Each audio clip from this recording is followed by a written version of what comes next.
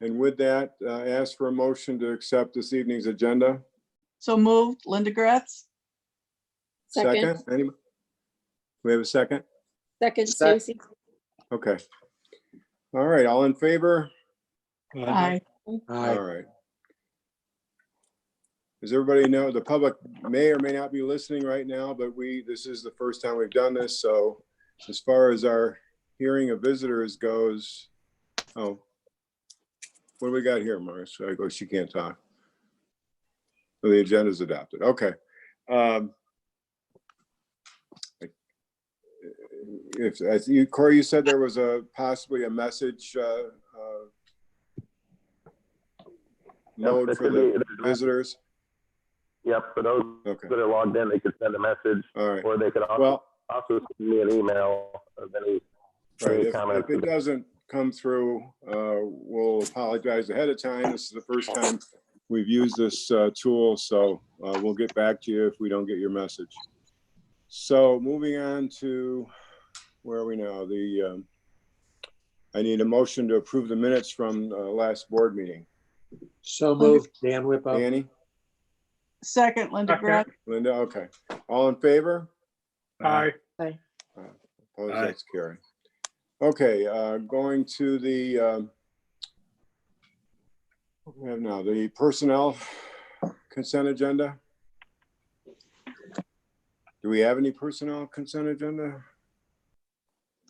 I guess not. Okay, so we're going, yes, we do. Yeah, you do. We do, sorry. I need a motion to accept the personnel section of the consent agenda. So moved, Linda Gratz. Linda? Second. Jason? Any questions on the consent agenda? All in favor? Aye. So moved. Opposed, that's carried. The remainder of the consent agenda, I need a motion. So moved, Stacy. And a second? Kathy? Okay. Any questions? All in favor? Aye. Aye. That's carried as well. Okay. So I don't have a president's report. I know we have a lot on the agenda. Corey, are you going to do your superintendent's highlights now, or are you just going to do your thing in district business? I'd rather we go to district business first, and then I'll follow Right, up. and let Julie do her thing? Yes, that'd be great. Okay.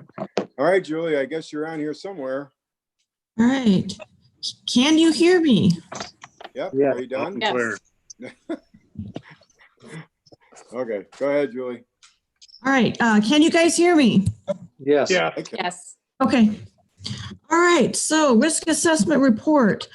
Beginning on page 4, playground inspections. I noted on the playground inspections for September and October and November of 2019 that it was noted that the poles on the top of the swing set were loose and they didn't get repaired. I realize that playground is going to be replaced during the capital project, but until then, I do recommend that repairs continue to be made and that a line be added to the form to indicate when the repairs are completed and who completed them. Okay. Okay. Building access badges. I tested 65 badges. Of the 65, 9 of 65 were prior employees that still had access to the building. And 12 of 65 had more than one access card or active access card assigned to them. So recommended to deactivate prior employees and deactivate the duplicates of current employees and to have the access appropriate to the locations and duties of the current employees. And for employees such as coaches, BOCES, Racker Center employees that can change from year to year, those employees should be approved at the beginning of the year and their access automatically terminate at the end of the year. For school lunch refunds, I did note that there was a $70 refund requested from a parent. The check was actually issued for 74, and what was posted to the child's account was 74. So just a reminder to the food service staff that whatever they post, whatever check refund is issued, the same amount needs to be posted. Fire and evacuation drills. The Owego Free Academy only completed 7 of the 8 required. They did do a drill in July, but unfortunately that one doesn't count because the 8 drills need to be completed between September 1st and December 31st. Moving on to accounting and reporting, Medicaid prescriptions. 10 of 17 services across 8 student files were missing the prescriptions, which prevents the services from being billed. So I did recommend that the district obtain those services and review the expired order report on a monthly basis to determine when those prescriptions are about to expire. Session notes. 4 of 17 services in 8 student files tested were not entered within 45 days of the date of service, so therefore they will not be billable. Of those 4 services, 3 of them were from the same OT provider, and there was only 1 session note for the school year for each of the 3 kids. I will email that to Jill tomorrow so she can look into that. And I also noticed the payment status of the 17 services. For October 2019, only 6 have actually been reimbursed. So I did recommend that the district work with BOCES to determine that these services are getting paid, and if they're not getting paid, to determine why. Under the title of extra class, student officers and signatures, I noticed that the tech club did not submit student officers' names and signatures to the central treasurer, and there was financial activities. The clubs should all be submitting signature sheets to the central treasurer, and the treasurer should not allow the clubs to conduct financial transactions without those sheets. Untimely deposits. 2 of the 5 deposits were between 5 and 6 school days. We do recommend deposits be made within 3 school days as for best practices. Lottery funds. 1 of 5 deposits that I tested were from a lottery. The municipal law states that no person under the age of 18 should participate or operate in a raffle. A lottery is a type of raffle, so I do recommend that lotteries not be allowed at district functions or extra classroom activities functions. Item 4, sales tax. There was a deposit from dance and concession stand revenue, and sales tax was not deducted nor tracked and forwarded to the CBO for the proper completion of the sales and use tax report. Item 5, an inactive club. The Interact Club was inactive last year, and as of the date of the field work, it is inactive this year and has a balance of $1,938. If there's still no financial activity by the end of this year, I would suggest that the club be dissolved and the funds returned back to student council. And the last item under extra classroom, overdrawn clubs. The tech club was overdrawn by $70, and the foreign language club was overdrawn by $119 at the end of December 2019. Reminder to the adult club advisors, it's their responsibility to ensure that funds are available before they approve a withdrawal for the kids, before they approve a withdrawal for the kids to submit to the central treasurers. Under the item of payroll, A student worker, an individual is noted as being a student worker for the district. However, when we looked into it, the student graduated in 2018 and is now a college student. Therefore, he's an adult worker and needs to complete the regular hiring process for all adult workers for the district, including the fingerprinting process. I also recommend that the status of all student workers be checked to ensure that they are currently enrolled students in the district and not college students. There seems to be some misconception, not only this district, and not only in this district, but in other districts I've worked with, that student worker refers to college students as well. And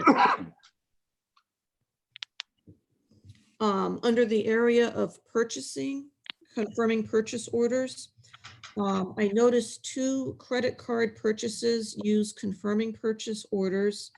And for the credit cards, there's $177 of interest and $39 of late fees that have been paid on the credit card thus far.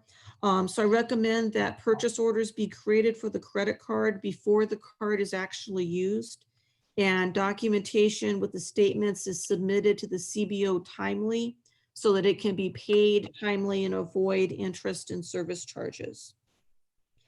And the last item under governance is the required Board of Education training.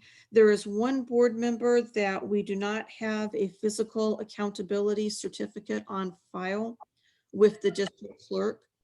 So we do need that board member to submit that certificate to the district clerk. Are there any questions? Anyone? No.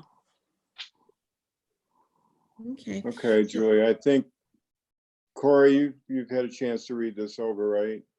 Yes, A lot of this you can turn over to our business official and to Jill, right? yes, that's Um, correct. Julie, do you have any idea as far as dollars go on those services that you were talking about? I do not in the risk assessment audit. I don't try to, it's beyond the scope of this audit to track right. the dollar amount. I can do that Okay. in a detailed audit. That's fine. That's fine. I just wondered if you had an idea what we were talking about. Okay. And it just sounds like the board member needs to get the certificate to Marcy, right? Correct. We think the training has been completed and just she doesn't have the certificate. Right. To the best of my knowledge, everybody's done their training, so.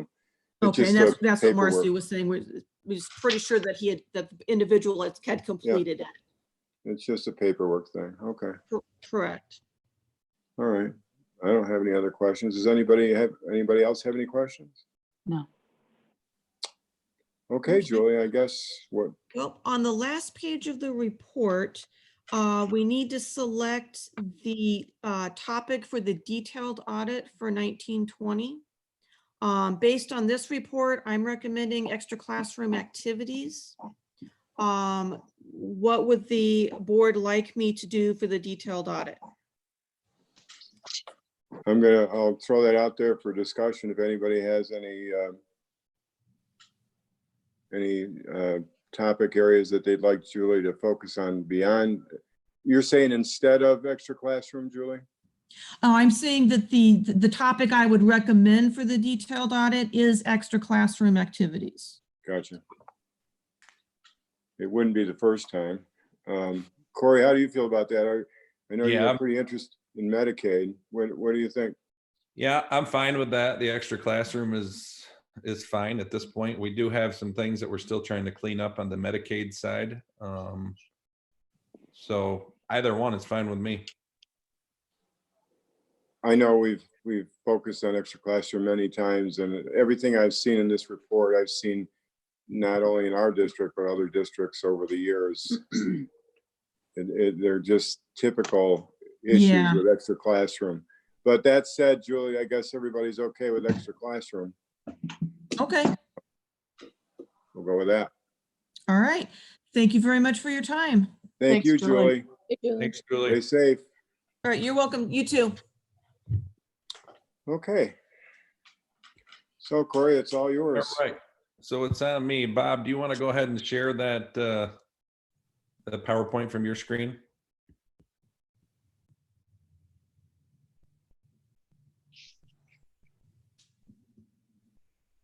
Can you guys hear me? Yes. Okay. All right. Marcy, you Yep. got it up there, right? Yep. I can see All it. right, good. Okay. Corey, are you starting on this? Am I? I could start on it. It's fine. So, first of all, I just want to say thank you for quickly adapting to yourself to the online world that all of education has kind of transformed to here over the last couple of weeks. There's a lot of moving pieces right now in the world of education, and particularly in New York State. There's a lot of moving pieces, and we're getting updates daily, hourly from state ed, from the governor's office of things that they're rapidly changing. As we move forward here during these unprecedented times. So one thing Bob and I talked about today is there's a lot of unknowns in terms of budget right now, and there's a lot of rumors, a lot of just really uncertainty as to what those initial numbers that we received from the governor's proposal and what that's actually going to look like. So we were thinking that probably the first and foremost bring to you of adding another board meeting, potentially April 13th, which is a Monday. If that seems to work with everybody, I wanted to kind of run that by you first. I hope that we'll have more information in terms of budget at that point, but I can't guarantee that. As some of you are aware, we did get an update that the governor and the state education department have postponed board elections and board votes and budget votes until at least June 1st. Right. So we are really up in the air as far as what those votes are going to look like, when they're actually going to occur.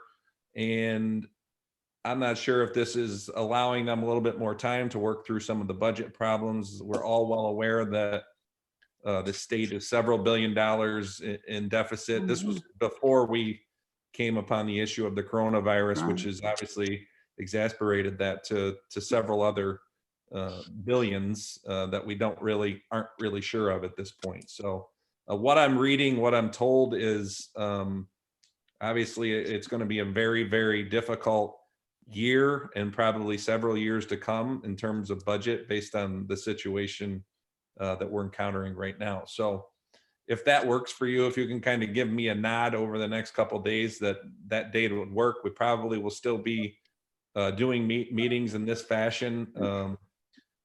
Currently, the governor has used the date of April 15th. I think we all saw President Trump's latest update that he's extending the social distancing requirements to April 30th. Therefore, we don't have a follow-up from SED on that at this point. But I would assume there may be some adjustment that comes with that as well beyond the 15th. So if you could let me know that would be great. And moving forward, I wanted to talk a little bit about all the different things that have gone on over the past few weeks and just some of the incredible work that's happened in our school district and the amount of people that have really stepped up and just done an outstanding job for our students and for our community and our staff as well. So let's talk first about continuity of education plan. This was something that I think we were pretty well positioned for as a school district. As a board of education, you've been focused for years on technology being a high priority item for the school district, and the growth of the one-to-one device iPads all the way down to second grade. And quite honestly, we probably could equip every kindergartner and first grader right now with their own device as well. And we've talked a little bit about what that might look like as well here in the coming week or days as things continue to evolve. So kudos to the board for really, technology being a high priority. And so having said that, we've faced this adversity in this situation, but I can tell you from an educational continuity standpoint, it's gone pretty well considering the situation that's occurred. And I've been really impressed with how quickly staff have adapted, how quickly students have adapted, how quickly parents are adapting.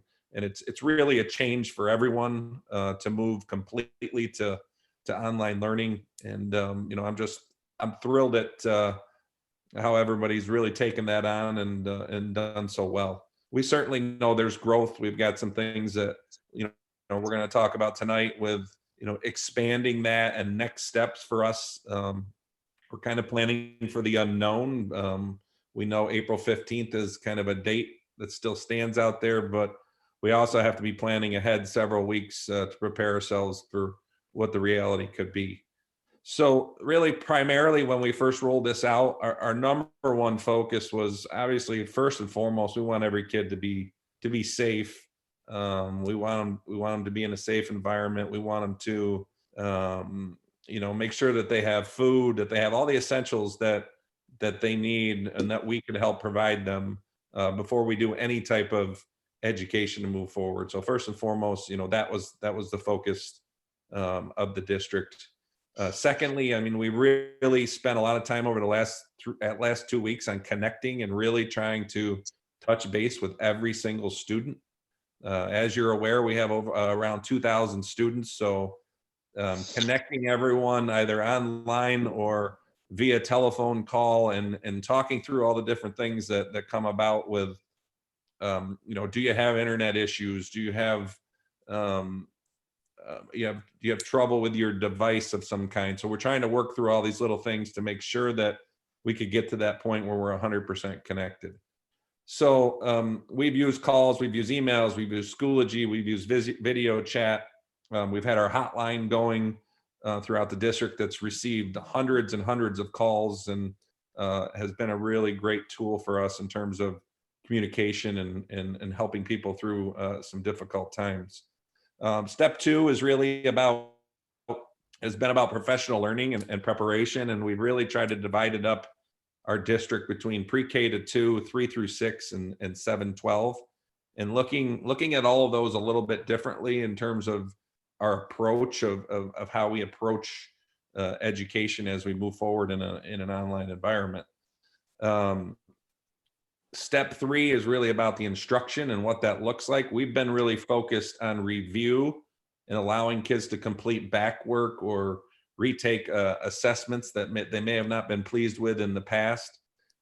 We've been building off of that here in quarter 3 as we try to evolve and figure out next steps in terms of what this looks like as we move forward. So there's been a lot of meetings, a lot of conversations, which have been done just like this via Google Meet or Zoom, which we're on tonight.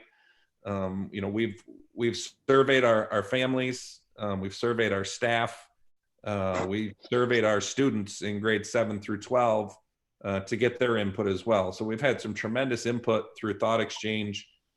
Folks have really had some great insight.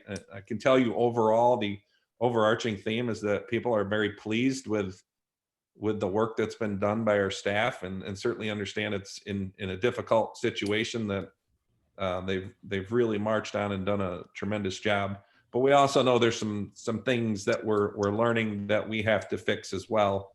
Some structure things. We've got grading that we've got to look at. There's a lot of problems or issues behind the scenes that come about when you're tackling something like this, being in these unprecedented times. So in grades 7 through 12, we've seen a lot of Schoology, we've seen a lot of Google Classroom, and again, the grading piece as we move forward is a lot of the conversations are, what does that look like? So we physically left school in the middle of quarter 3, and now we're moving now 2 weeks further towards the end of quarter 3, and what does that look like in terms of equity when we talk about all students that we are servicing as a school district. So there's a lot of moving parts there. So we chose really at this point in time to just focus on the review component. We're not doing any grading other than allowing kids to retake some assessments or redo some back work that they may have owed to help improve their grade, which is what we normally do all the way up until the end of the quarter, to give everyone a chance to to do their very best at the end. So in 3 through 6 and K2, again, it looks a lot different, and it's really been about connecting and really making sure that kids are okay and that they're comfortable. We're really focused a lot on literacy and reading.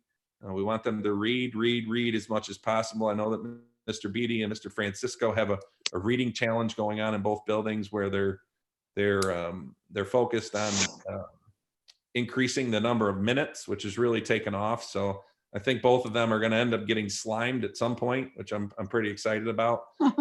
I even said I'd throw myself in there to get slimed as well, because I think that the kids are doing a really an outstanding job with keeping up with their reading. So teachers are moving forward. They continue to review. One of the things to consider is, and we talk a lot about our curriculum, especially in the earlier grades, in the younger grades, our curriculum a lot of times spirals. So kids will learn topics, and then they will come back to those topics again. So there's a lot of spiraling within the curriculum, which allows a lot of our elementary staff to be able to continue what they currently are doing. So, and again, it's new to everybody. There's different apps that are being used. There's different comfort levels with technology from our staff and from our students and from our parents as well. So it's a work in progress. So where do we go from here? We've got meetings scheduled every day this week to talk about what grading is going to look like in grades 7 through 12 as we move forward. We are going to talk about how we can better incorporate and equip ourselves to meet the needs of special needs students. So we've got plans to do that as well. And ultimately, I think what we've heard in the voice from our students and from our staff and our parents is we need a little bit tighter structure at these different levels, especially in grades probably 7 through 12, in order to be able to meet the needs of all of our students. So we're listening to the voices. I think that we've gotten some great feedback, and I'm thrilled at the feedback we've gotten. And we've got about 25% to 30% of our kids in grades 7 through 12 who took time to fill out the survey. So we really appreciate that. So look for some of that to come as far as some more structure around what we do. With that being said, obviously as things are evolving and changing in terms of the continuity of education plan, our initial understanding from the state education department and the governor when he mandated that schools be closed for the first period of 2 weeks, there were a lot of questions around what the 180-day requirements look like and what the funding would look like in terms of those 180 days. So there's been a great deal of confusion from the governors and the state ed department, and obviously understandably, considering that they're dealing with unprecedented times as well. And there's executive orders that are coming down hourly, if not every half hour, of changes. So unfortunate message tonight for me to deliver, and obviously to deliver to staff and students this week as well, is that we are being required to continue continuity of education, continue food service, and continue childcare plans or the childcare need through spring break. We were originally under the assumption that spring break was going to be like normally spring break would be because we've continued with instruction. But we're being told now that that is not the case, that we're going to have to continue with instructional plans, which has created a lot of questions and issues. But at this point, based on several updates from state ed department, it sounds like that is going to be the final answer of what's going to happen. So that being said, I will have to communicate that back out to everyone in the near future here, just so that we're all up to speed on that. Bob, am I missing anything? I know I just shared a lot of information in terms of education update. No, it's really going to be the tricky situation moving forward, and we are going to be spending all week this week making some decisions about what that exactly looks like.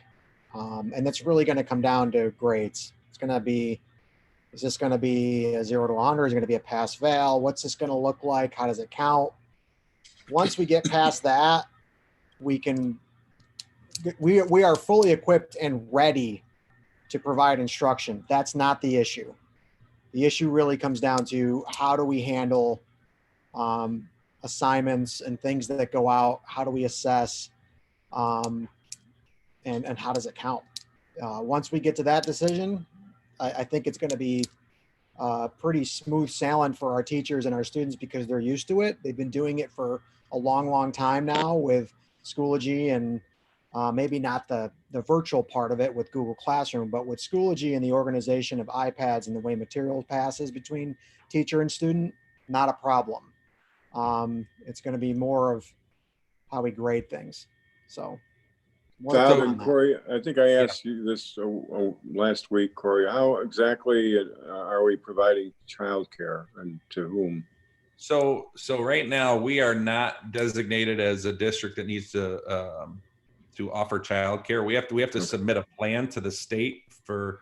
So basically, if the county were to come to us, or the state were to come to us and say that they have they've got a shortage of childcare slots in the community, then we would be required to go to our plan, which allows them to come in the facility and run childcare if needed. At this point, we haven't had any feedback on that. Broome County has really has taken the lead in their county, and they're running all the childcare. I think Tioga County right now is okay based on the number of slots that we currently have, because a lot of the kids that would normally be in childcare are home with their parents. Okay. So two other things I just wanted to mention as well, which have come out in updates. One, obviously you're probably aware of, but the 3 through 8 state testing has been canceled at this point. There will be no ELA state testing, and I believe math as well. The Regents exams, there is a discussion that's going to happen with the Board of Regents this week, and I'm told that we should get some feedback on Regents exams and what that's going to look like for us at the end of the year here. So I'll have better information to share hopefully after this week, after they've met and made some decisions. Corey, I have a clarification again. So there will not technically be a spring break for the teachers and the students then? Yeah, so based on an update that I've just received from State Ed at about 5 o'clock, just to reiterate again that they are requiring us to continue, which we planned on doing, continuing with food availability and food service for students and families. And obviously the childcare piece, which we talked about, being open for childcare if needed, but also there's an educational continuity piece that they are recommending, and not necessarily recommending, but telling us that we will continue with instruction and learning as we move forward here. So there's been a lot of back and forth over the last 3 or 4 days, but I did just get this final update from them saying that this will be the case. Okay. So we will communicate that out now that I've got that, certainly communicate that out to staff and to families of that change. I know that probably, considering the situations that we're all in, we're all quarantined really to our homes, and vacations obviously have most likely been put on hold, and certainly if someone has other plans, then we'll obviously work with them. And with everything being online, I think that we can keep all students up to speed Mhm. during this time as well. So there's a lot of unknowns right now, I think, even considering after spring break of April 15th, and then considering President Trump's April 30th date of what our future looks like. So for us right now, we're taking it day by day, but at the same time, we're trying to plan out for the idea that we may be in online learning for a longer period of time than we even know. So we've got to be prepared for that and bring everybody up to speed to do that. So this is for all 15 component districts of the BOCES then. Yeah, this is the entire state. Great. Every charter schools, everybody's included in this. That they'll continue everybody's to continue to educate. Okay. Thank you. Bob, do you want to scroll up to workers' comp? Any other questions before we go to talk about workers' comp a little bit? No, I'm good, Corey. Okay. So as we had talked about before, Bob and I had brought up, we've been looking at our workers' compensation costs over the last few years. And as I had mentioned before, we've seen over $100,000 increase in workers' compensation in the past 3 years. So we decided it was time to certainly look at some other options that are out there. We've been in the consortium alliance, the local school district consortium alliance for quite a few years. And so we did that. We went out and got some pricing from other groups, and what we found, and I'll let Bob talk a little bit about this too, is that by leaving the consortium, we see a really great benefit to the school district. Right now, we're owed a sum of about $230,000 if we leave the consortium, but we also would see a premium savings of about $200,000 just for this year, which is really pretty essential considering the current budget that we're in and some of the unknowns with what our revenue might look like here coming out of the state in the next few weeks. So there is another district that's similar to our size that is actually leaving the consortium as well, which is another reason why we felt it was really important that we at least be prepared for that as well. As you can see on the slide here, our share of the total fund balance we're second highest in the consortium. So we're talking about $520,000, over almost 13% of the entire fund balance. So we're one of the bigger players in this consortium. And as we've talked about before with health insurance, sometimes when you're the bigger player, you don't always receive the best benefit at the end of the day. So I think this is comparable to some of the other things we've done with the Medicare Advantage plans, where we've really looked and tried to save the district money. And I think that, this is an option that certainly would be something to really consider.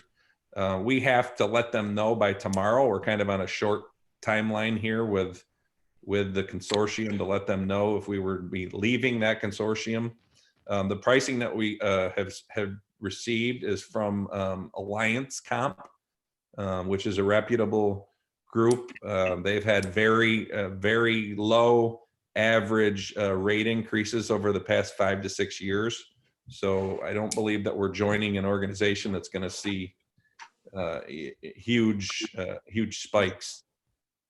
That being said, there's never any guarantees considering the world of workers' compensation and whatnot. So do you want to talk a little bit about that, Bob, or anything you want to add? As you're looking at this slide here, the biggest part of this is, can you hear me? Yep. Yeah. Yep. Oh, the mute. The biggest part of this here is that there's a couple steps, right? We're going to be refunded about $230,000, in which we'll take that, and the best option is probably to place it in a workers' compensation reserve. And that would take care of any future claims that we have going forward over the next 2 or 3 years. And at the same time, the quote we got from Comp Alliance is significantly less than what we would have to have paid next year to be part of the consortium. We budgeted $341,000 for next year's budget to pay to be part of the consortium. This year's bill was $362,000.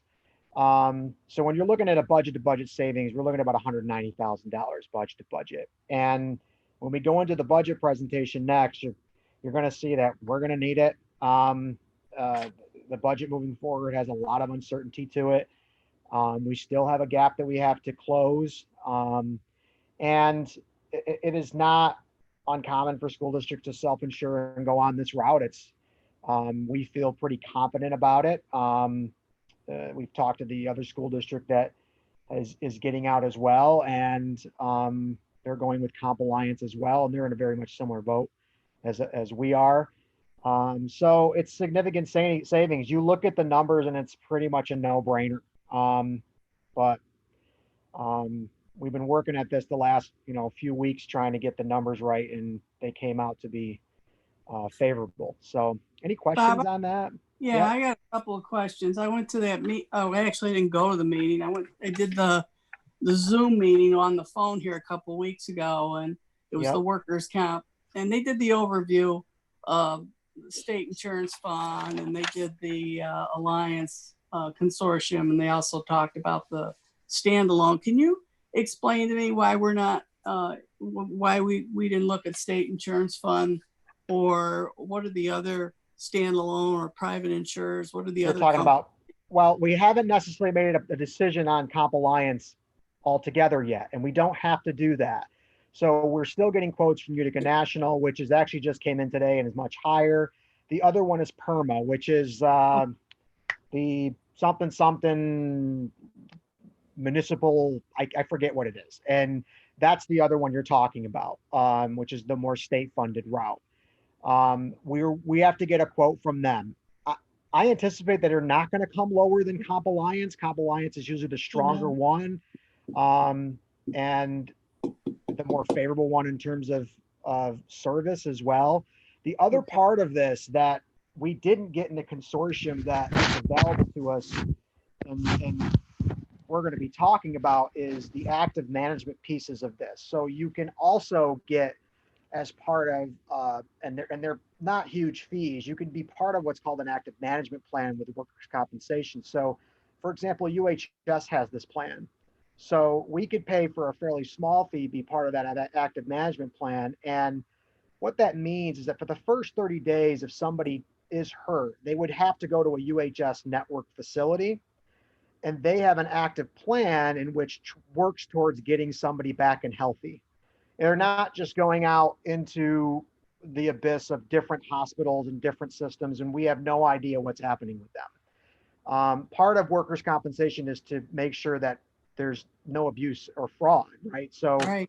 otherwise, we're going to get hit hard on our claims, and we're going to take a financial hit. So I think that's something we should strongly consider. I know Johnson City had done this the last couple of years with Comp Alliance, and from what I understand, it's a very good program. So the way it would work is, somebody gets injured, they go through a UHS facility, and they put an active person on that case for 30 straight days. They keep on the person to make sure they go to their doctor's appointments. They make sure they get the right scans.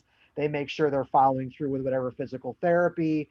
And that's an important part of this. You can't just leave it to be, all right, put in a claim and see what happens. You want an active managed plan with it. So that was going to be my next question. So what are we doing, or what were we doing in the consortium, or what are we going to do to manage these claims and decrease the chance or help eliminate some of the potential risks of injury for the district? Yeah. And there's that too, right? So the preventative management part is part of that program as well. So, and Comp Alliance is probably your stronger vendor when it comes to that. They're going to make sure that, we've got all the right safety precautions in place, those kind of things.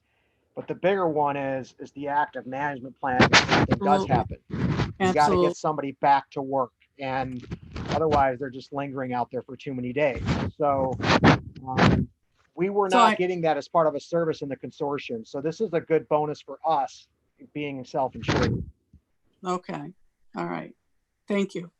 Yep, you're welcome. I think we're moving into budget now.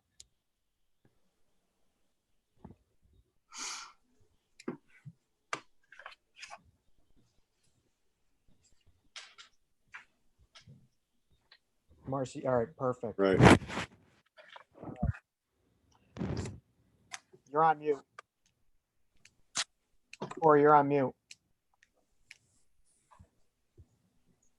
So we really want to update you tonight, take you back to where the last presentation on budget and kind of talk about where we're currently at. Talk about a few different scenarios of what things could potentially look like, just so that you're well aware. And once again, there's a lot of unknowns right now. You're probably reading the same things that we are reading, that are coming out of the state organizations of school boards and New York State Council of School Superintendents.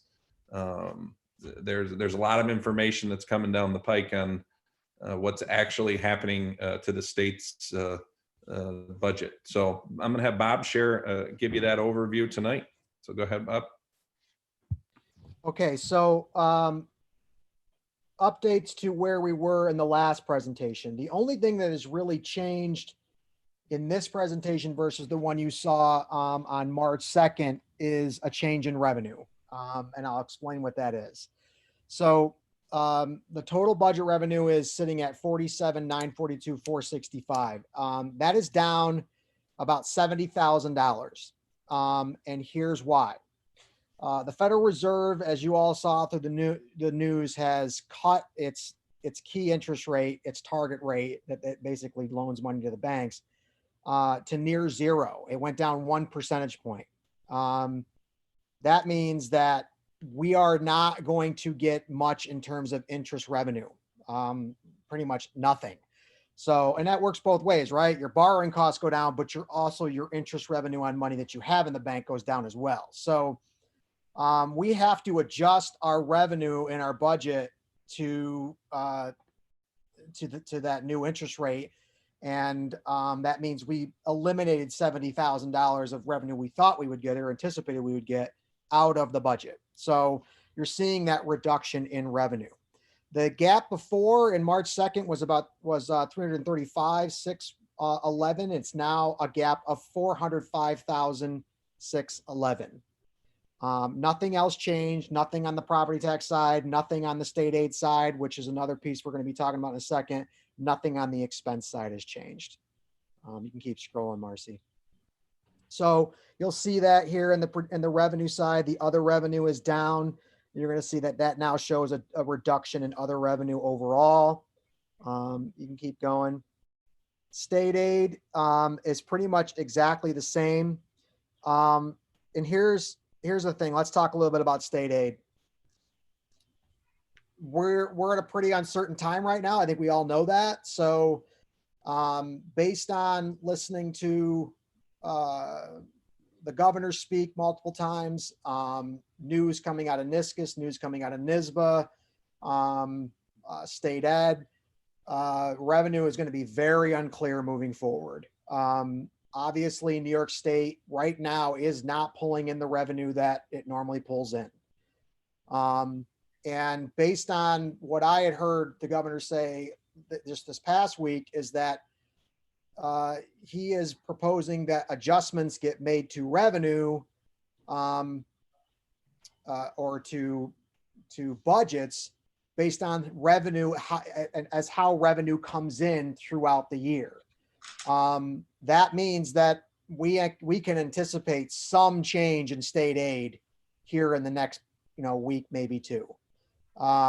What that change is going to be? Bob, is that applying to the current fiscal year? Did I read that where they're actually looking at reducing the aid that for the current school year, or are we just talking? I read it into that way. I read it as both years.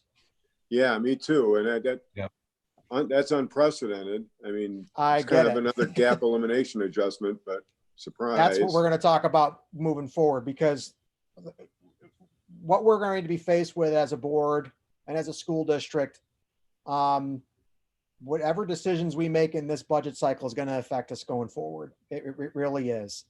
And we'll talk about that as we go. So here's what state aid looks like at the moment based on the governor's proposal. This is the same as you saw on March 2nd. No changes. We know no more information at this point. Keep going. The one adjustment in miscellaneous revenue, you'll see it there. Interest revenue is down. Interest earnings down. It was originally at 70. I took the 70 out. Properties tax stays exactly the same. We stay right at the cap as normal, as we did before. You can keep going, Marcy. So revenue assumptions. This still does have the long range plan of taking out $100,000 out of the appropriated fund balance. The only thing that does is it helps us this year with our current fiscal gap. The long range plan over time was always to get to $1.5 million. It is something that can be considered, but that's still in this budget. The budget still calls for a 1.82% increase in property taxes, which is the cap. There is no use of reserves still. Eliminated all interest revenue. And then of course, state aid is not finalized. So let's go on to the next slide. And this is what we really have to talk about, which is the possible scenarios. So what I pieced together here is what I would consider, and this is just fortune telling at this point. Worst case scenario versus best case scenario. So let's say that state aid comes back and all state aid increase that we were anticipated to see this year is then reduced. So we're anticipating a $653,000 increase in state aid in the current budget as you see it. Now that is a mix of foundation aid, transportation aid, building aid, high access cost aid, all of the aids, right? This is, if you were to take all those increases away, I'm not sure exactly how they'll do that, but they could do it. That would be the number I would anticipate, okay? That would mean our new budget gap as of this year would be over $1 million. You'd see that there, okay? Not a good situation. Best case scenario, if they're going to cut aid, they cut just the foundation aid increase. And this is how I got to the 175. You'll remember that we talked about with state aid that this year the governor in his proposal took all of the expense driven aids and then combined them into the foundation aid. So this is your BOCES aid being the big one, right? Textbook, hardware, software, things like that. We are uncertain about whether or not that's going to get through or not. And with the way things are going right now in the government, in terms of what they're dealing with, it might get through. If it does, that changes the way foundation aid works moving forward. But when you look at foundation aid year over year by eliminating or taking out the expense driven aids as a calculation, so you take the BOCES aid that we would have anticipated getting and the expense driven aids like textbook software that we would have anticipated getting, we really would have only seen a $175,000 increase from foundation aid from last year to this year. So let's say they cut that. That means that we would have to, our gap would increase to about 581 for this year. Those are best guess scenarios, right? We really don't know what it's going to turn out once they pass this budget. The other assumptions here is that I don't know if we're going to see what, and I know those of us who are working in schools and on the board and years ago with the Great Recession, they had what was called the gap elimination adjustment, which basically the state awarded you aid and then turned around and said, oh, by the way, you need to help us eliminate the gap that we have on the state budget side, and you need to reduce that aid by whatever amount. So we would see sometimes certain years $800,000 in gap elimination, which, so here's your aid award, and then they would reduce $800,000 right out of that and say that's your new aid picture. And those were the times where it was tough. I know some of us lived through a lot of that. We don't know if that is something that is going to show up or not. I don't know. We're going to wait and see. But that is the scenarios we have. So what we have at this point, you can go down to the closing gap slide, is really a challenge for closing the gap. The current one, as though we see it, is $405,000. If nothing was to change in the budget, the state budget, we still have to come up with that $405,000. So here's the options that are in front of us. We can certainly take the $190,000 that we saved on the workers' compensation budget and take that right out.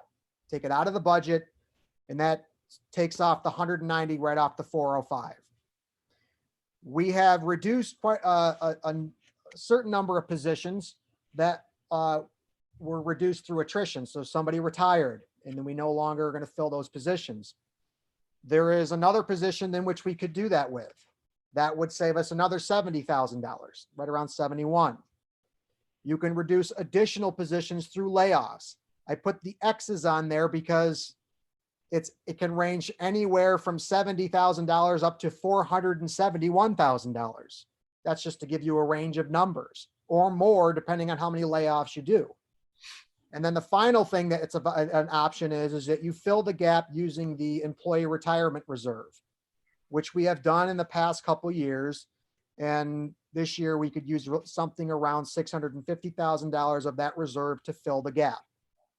If we do that, you don't have to do necessarily the things in the above bullets, but a word of caution here is that moving forward with the uncertainty that we are going to be dealing with in state budgets, that reserve will dwindle down further and further, and we may not be there and be available. So there is disadvantages and advantages all over this in terms of how to deal with the budget.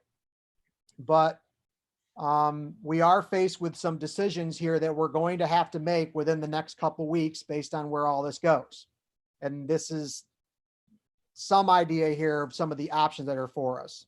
So you can leave it at that, Marcy. I'm not going to go any further because it's just the same presentation you saw from March 2nd, but can open it up to questions or thoughts or anything from the board.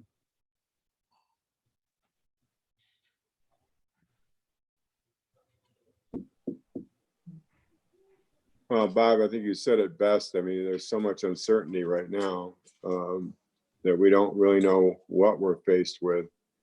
Hopefully it won't be the $1 million gap because you're right, the gap elimination adjustment years were really ugly.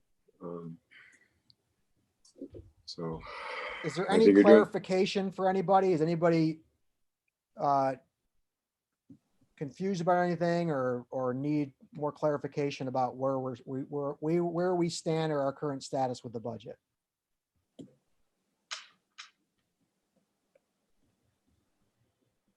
Okay.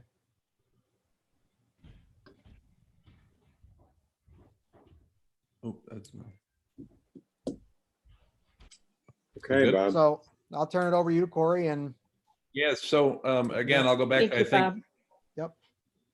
I think I'll go back to, obviously adding April 13th and another meeting in this fashion would be advantageous for us to come back again. At least we'll have a couple more weeks to look at new information that's out there. And again, I don't know that we'll have a whole lot at that point. I think this is going to take some time based on obviously the governor's spending 99.9% of his time managing, this pandemic and what's happening in New York. So I think budget is kind of getting pushed down the road a little bit. Before we end tonight, from our standpoint, I'm kind of just jumping into superintendent's highlights. I want to talk a little bit about our food distribution and just the tremendous job that's done throughout the entire district. We've served thousands of meals over the last couple of weeks. It's really been pretty incredible to watch. We have we have been taking meals to homes, to people who can't get out to come pick food up at Appalachian Elementary or Owego Elementary. And we've been transporting that to them along with academic materials as well as needed. And I can't thank our food service people who are in every day coordinating all this and getting everything ready.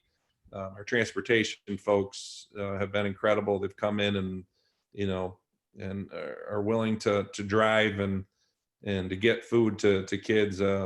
Staff our teaching staff, those that have volunteered, our administration have gone out and volunteered. And on Fridays, we've delivered food to locations, which has been really eye-opening to see the need that's out there. So one of the things that happened this week was a lot of conversation as the governor was asking more and more for limited contact. So Mark Bordeaux, who runs food service out of BOCES, and we work closely with Mark, he does an outstanding job, had recommended really that we look at going 2 days a week and then giving multiple meals on those 2 days to try to limit the contact of the food service folks, but also limit and transportation, but also limit folks from having to come out every single day to get food. There's obviously an expense to that, whether it be gas or time or just in general leaving your home when you're there to try to stay safe. So we have gone to 2 days this week, starting this week. So we'll give multiple meals on those days, and again, we'll be serving thousands of meals to folks, which is there's a great need out there. So I'm glad that we're able to do that. We are going to serve food right through the spring break, as I said before. And again, I go back to, we will be required to provide education during that spring break. So everything will really stay consistent throughout.